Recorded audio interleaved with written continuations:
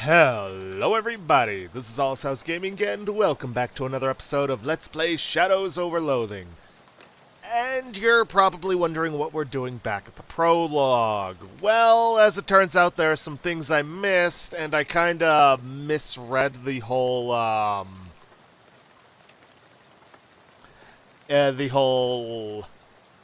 items you keep in previous prologue playthroughs. It's collectively not from one of your previous runs.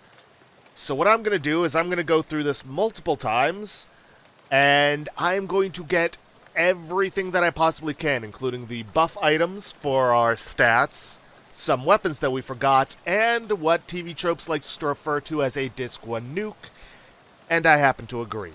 No, I'd like to do it again. Da-da-da-da-da. Alright, nuts, whatever, it doesn't matter. I'm getting rid of this, and I'm getting rid of the original character that we had. Let's see. I've already gotten most of the stuff, but like I said, there are a few things I missed, like getting all of the buff items. 7 meat, grab the baseball bat, yes, really. Gonna look up Juan Flores for some XP. Gonna look at the fuse box. But I'm not going to use the fuse to get this fuel. Because we're going to keep the fuse, because fuses are actually very useful to us. Let's see. Not going to talk to her, I already done that. Thanks. Gonna get the pears. Gonna talk to him. Got a letter, yep. What? So you're going to also interact with the class rings.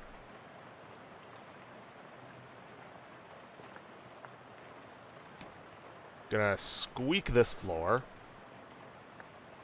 So you don't need to get that handgun's tail, because I already got it.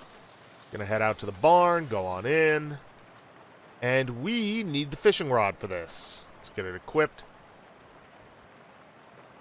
Test the fishing rod.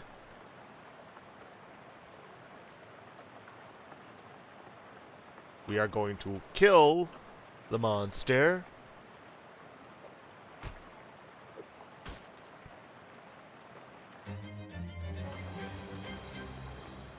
Grab the gas. Because we already got the cheese loaf, I'm going to use it.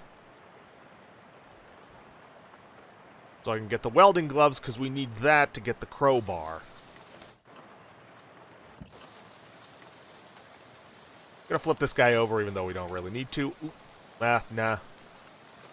No, I gotta go walk around and do all that. Anyways. So, gonna head for the bathroom.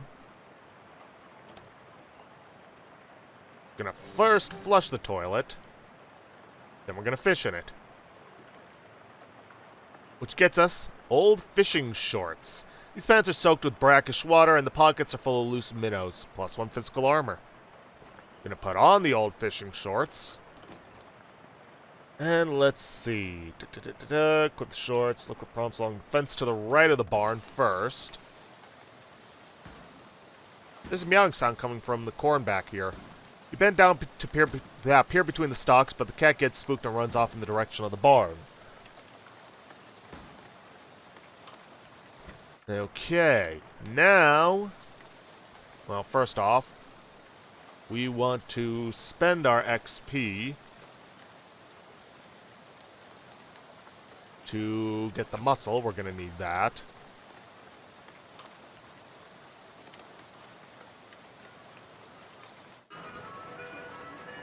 Going to talk to Howie. See any plans for the future? Take your leave. Oh, wait. We've got to get the jerky from him.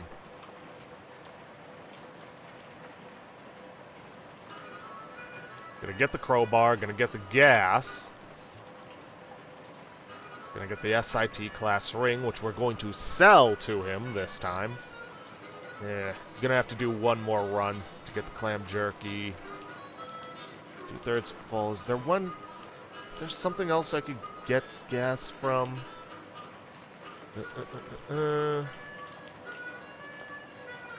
Trying to think.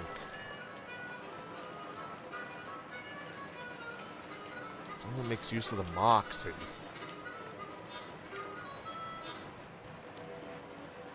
No. Just gonna have to do one more to get the jerky.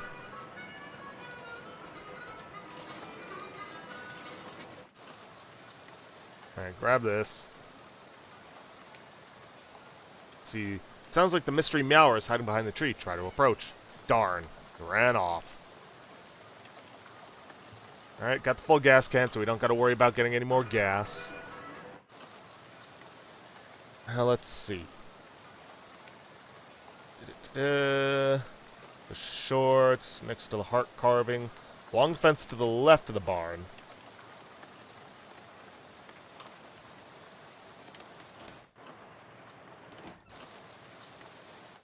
Oh, along the fence. Cat is hiding in the corner next to the barn now. Reach out to it. The cat sniffs your hand for a second, but suddenly gets spooked again and runs off toward the east. Alright, I'm now going to head down here. Crowbar it up. Then we're going to want to equip the bat again. A barrel of decades-old bacon grease. Very nasty. Dip your baseball bat in it. You get the greasy baseball bat, which instead of doing physical damage, does sleaze damage. I'm going to say this right now. You're going to want a bunch of different weapons that do different elemental damage.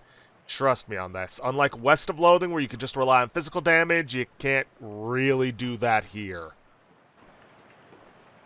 Okay. Let's see. Ooh, right. Sell the ring. Don't about the ring. Is it worth anything? Sure, 30 meat sounds fine.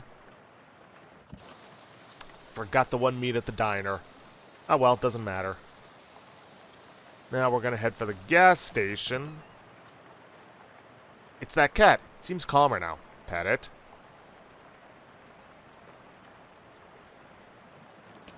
Hi, kitty. And then we gotta pet it.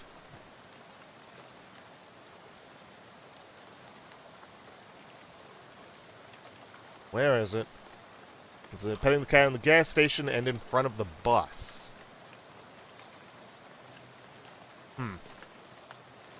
Says it's supposed to be in front of the bus.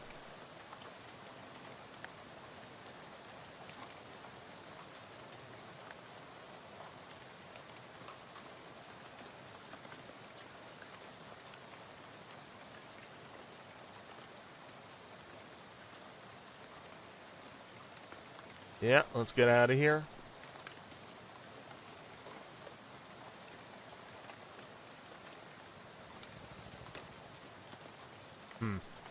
Well, I'm going to double check on that Dreamcat thing, but that should just about do it.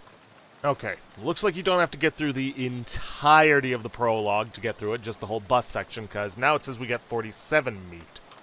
Alright, so now we need to figure out how to get all the meat items, or food items.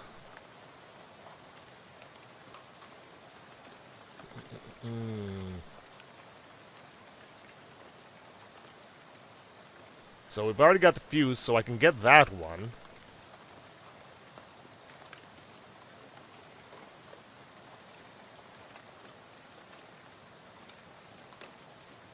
So, should be good to get as much gasoline as we need. We could also fight the Scarecrow, but meh. Alright, got the cheese loot, got the meat from there. Baseball bat, yes, yes, yes. Harry Lewis, because that's what I picked. Interact with the fuse box. Go get a fuse, use the fuse. As again, we got it in the last one. Place it.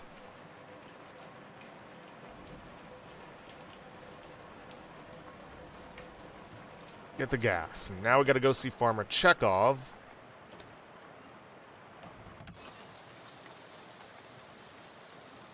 And get the pears from him.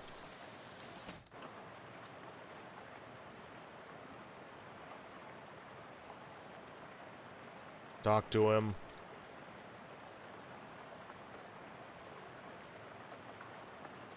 Interact with the class rings. Let's see.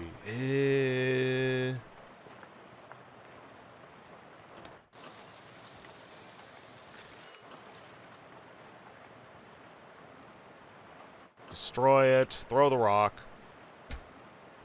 Hit it with the bat.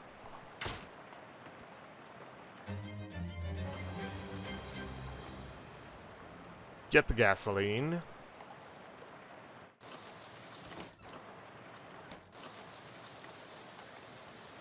Flip it over just because I'm a nice guy.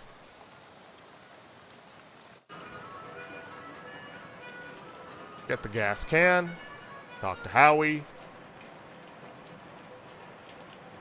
Sure, I'll have some jerky. Okay, that is that. And then we are going to get on out of here. Oh, wait, nope. First, sell the ring.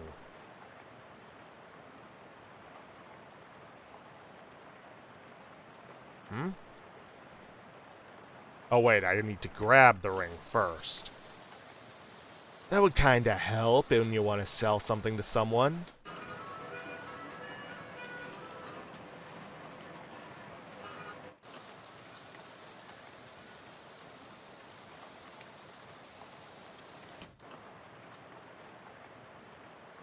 Know about the ring, worth anything? Sure, for 30 meat.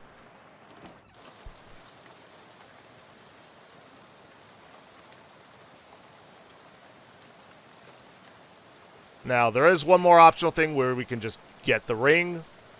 And why the heck not? But I don't think I need to show it to you.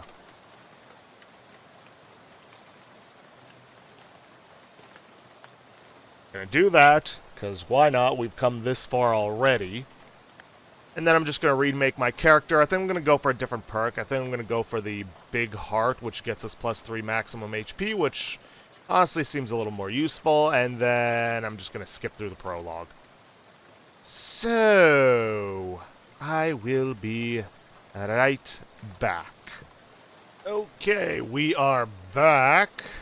I went with the Big Heart for extra HP, because that's just very useful. And we should have everything.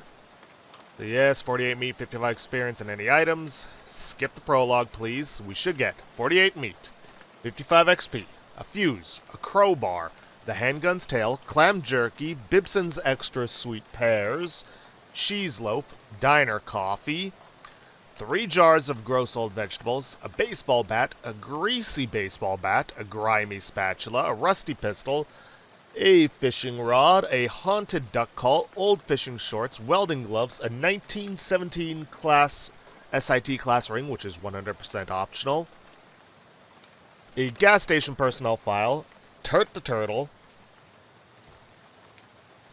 There's also, if you have talked to the hitchhiker and learned about an event that happened, Howie the Hobo should also show up in this one, and we should be able to get access to the cat later on. But yeah, that looks like everything. Head to Ocean City. Yeah. Head to the left, give the hobo some meat. You also get +1 meat for saving the jukebox every time you skip, allegedly. Give him a couple meat. And let's head on inside. Oh, wait. There's something else that I forgot to pick up. Dig through it, and we get some cheap cologne. Increases your stench armor. Yeah. Oh, we've got to help him, because we have Big Heart. Inky. Let's see. Bathtub gin. Absolutely, I'm always up for crazy adventure. Hi, Gabby. Pleased to meet you. Let's see, you could get some sleep. Let's see, ask Jessica, will do, I mean won't, blah, blah, blah.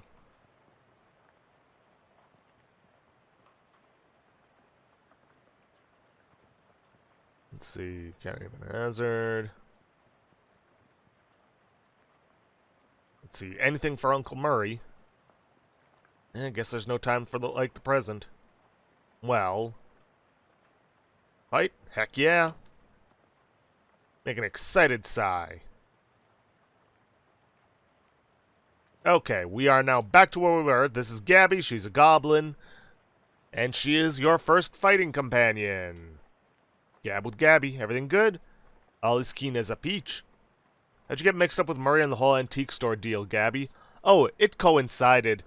Gabby was just was looking just at old clothes and heard over Murray and Jessica talking about a mysterious thing to get. It had an adventure smell. Then Murray said, "We're going to need some muscle for this," and Gabby says, "Gabby has several muscles, strong ones." And that was what it was. Gabby has been helping since then. Alrighty then. Okay, already dug through that for the cheap cologne. Let's move on. We need to head for the, the Ocean City Watchful Eye. Okay, time to bust in here and find a weird cursed hat. Unlock the door. Take a deep breath and unlock the door. You give the key to Gabby for safekeeping.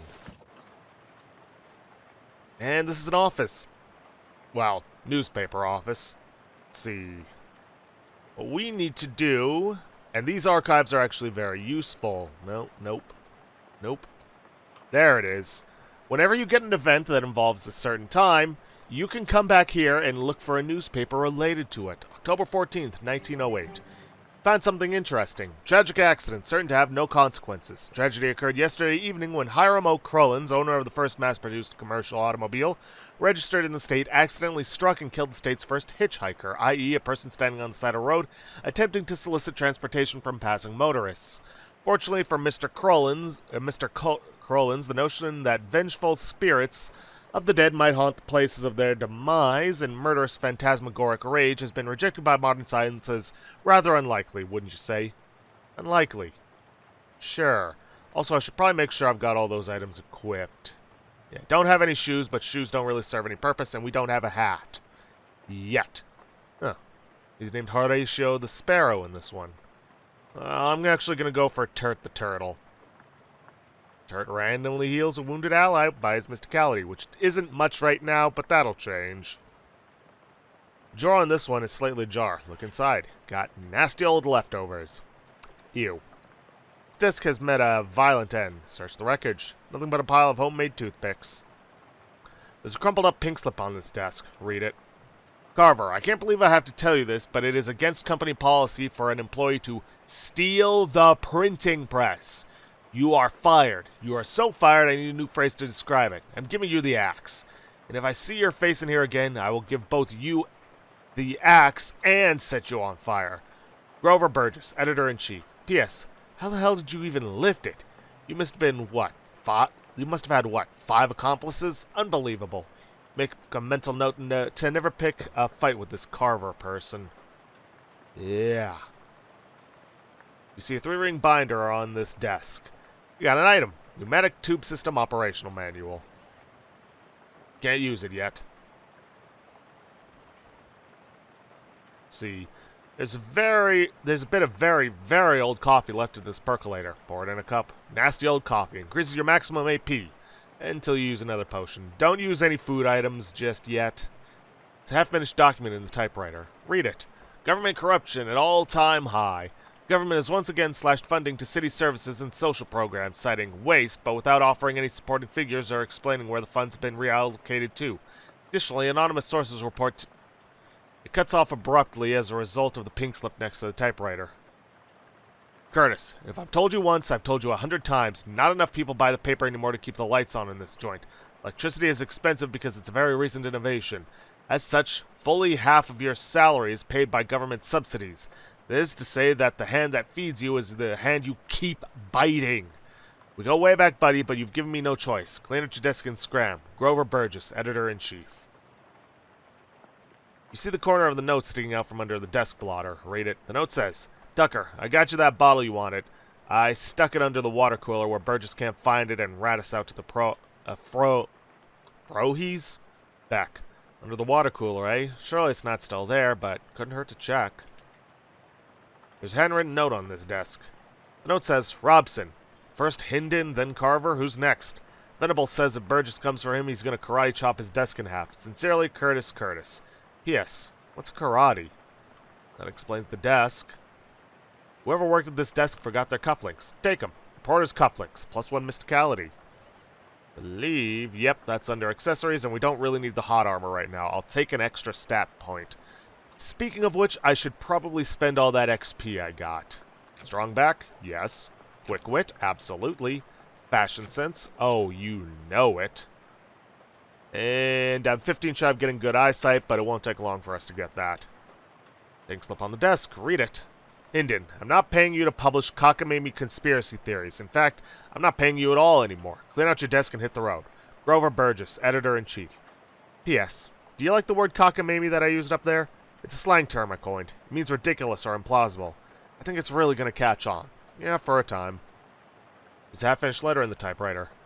Reginald, I think Burgess is onto us. We've gotten careless. In fact, maybe I shouldn't be typing this out as a letter instead of just talking to you in person. Why am I doing this? Meet me under the water cooler this afternoon. Ah, crap. Here comes Burgess with a pink slip. Sincerely, doesn't say who it's from. The writer must have gotten fired before they could type their name. Also, under the water cooler? What's that all about? Oh, hey, it's one of those new Arcane Press newsfeed things. High tech. Today's list of banned dances.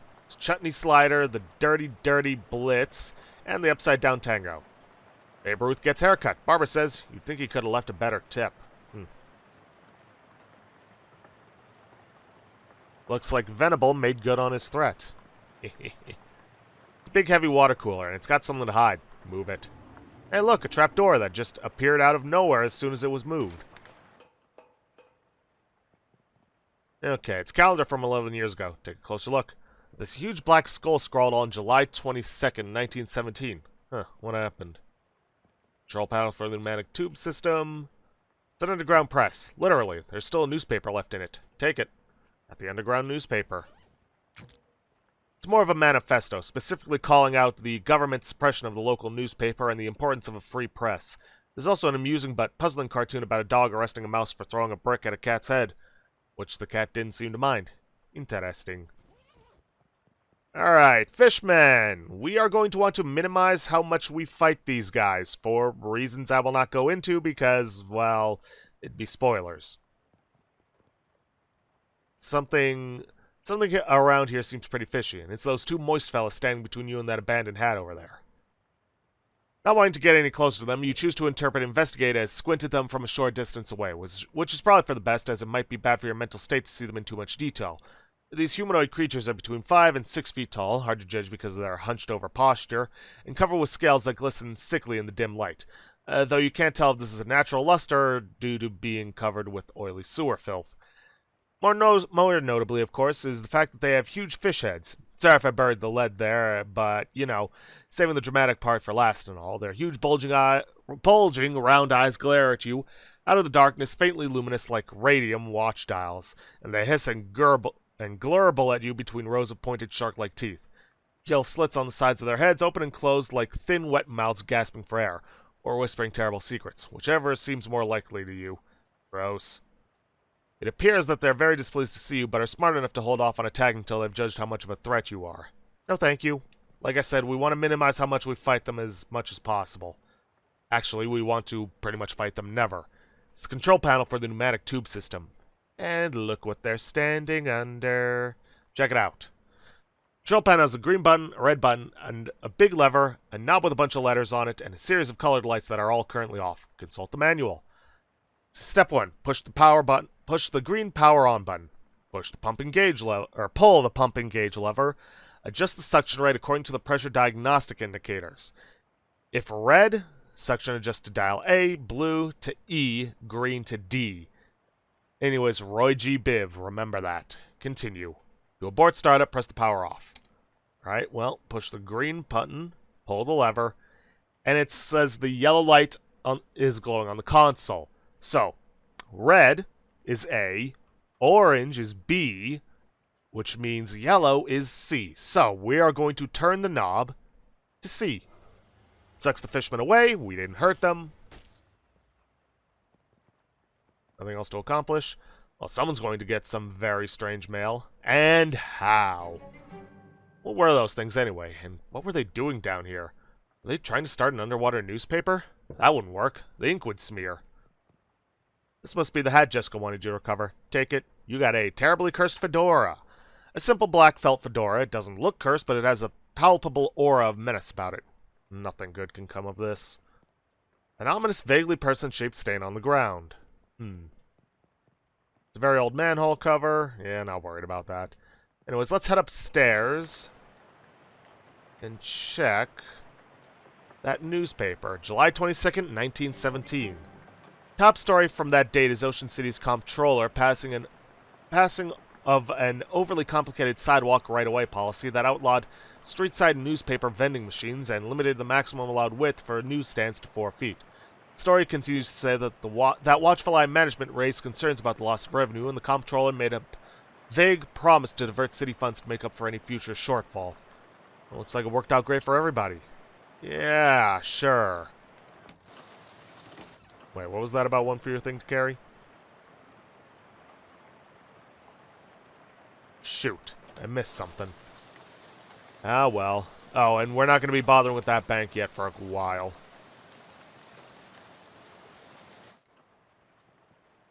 Oh, hey, it's the new handyman. You must be Charles Wallace. I'm Talia. That I am. Pleased to meet you, Talia. What do you do around here? Ah, your general handyman sort of stuff. I keep the lights on and the water running. Built the detectotron and the uncursing machine, too. Ah, that's some real high-tech wizardry. Ah, it's nothing really. Let me ask you something. What's this about an uncursing machine? Oh, I only built the thing. I can't begin to tell you how it works. The innards are all wired up to a little porcelain cat figurine that Murray found somewhere. Well, that's weird. In a real traditional sense, yep. Alright. How's it going? Did you find the hat? I found a hat. I guess it's the one you meant. It doesn't look unusual, though. Yeah? Well, it does creep me out a bit, but I can't really put my finger on why. I know what you mean. Feels kind of like you have a headache, except you don't actually. More like a feeling of dread, like something terrible is about to happen, but I don't know what it is yet. Well, that is definitely not related to the fact that I need you to take that hat and go sit in that machine over there. Yeah. Why? That's our uncursing machine. Gotta get the curse off of that hat, right? Oh, okay. Yeah, that makes sense, but, what? Can't we just put the hat in the machine? Why do I need to be involved? Because the machine needs a mind to guide the uncursing process. Together, you'll lift the curse from the hat and transform it into a sort of allegorical dreamscape that the machine can transfix. Yeah. What? Sorry, I know it's a lot. Let me rephrase. The uncursing machine uses your subconscious mind to drive a wedge between an item and its curse. The item is cleansed relatively easily, but that doesn't negate the curse fully. Once separated from the item, the machine will store the curse and allow you to physically project into it to try and resolve the metaphorical scenario at the core of its existence. That's where things can get a little weird. Yeah, I know it sounds crackers, but you'll just have to give it a try to understand. And we will, but not yet. You see, you don't want to uncurse the fedora yet. The main reason is because the fedora is basically going to give you, once uncursed, a stat boost to your class stat. However, we don't have a class yet, which means when it's uncursed, it will just give you a random stat. And I got lucky in my original playthrough that it was Moxie because I was playing the Jazz Agent, which is all about Moxie. But I'm not going to play the Jazz Agent this time. So, I'm going to hold off on uncursing, and she can't really stop you. Don't forget to uncurse that hat. Best to do it right away. It won't take long, I promise. Nope, we're just going to go to bed. It's a shelf for knickknacks and tchotchkes. Old ragdoll on top shelf must have been left by a previous tenant. Walk away. Simple writing desk with no chair or pens or paper or anything. Now, this room is very empty, but we can decorate it, fill it with a lot of stuff. Television set. You've heard of these. Turn it on. Unfortunately, no shows have been invented yet. Why would... You know what? Never mind. To try and make sense of anything in this game, well, just doesn't work. Finally, time to get unpacked and get some sleep. Open the trunk. Ah, what the heck? You stamp out the flames, but it's a total loss. Everything you own has been reduced to ash. Everything? Everything except, bizarrely, the stamp from Murray's letter. Huh. Interesting. Well, unfortunately with that, we have come to an end for this episode of Shadows over Loathing. If you guys like what you see, please leave a like, subscribe for future content, don't forget to hit that bell icon to get notifications for an upload, and please, leave a comment down below this video. I'll see you guys in the next episode. Thanks for watching.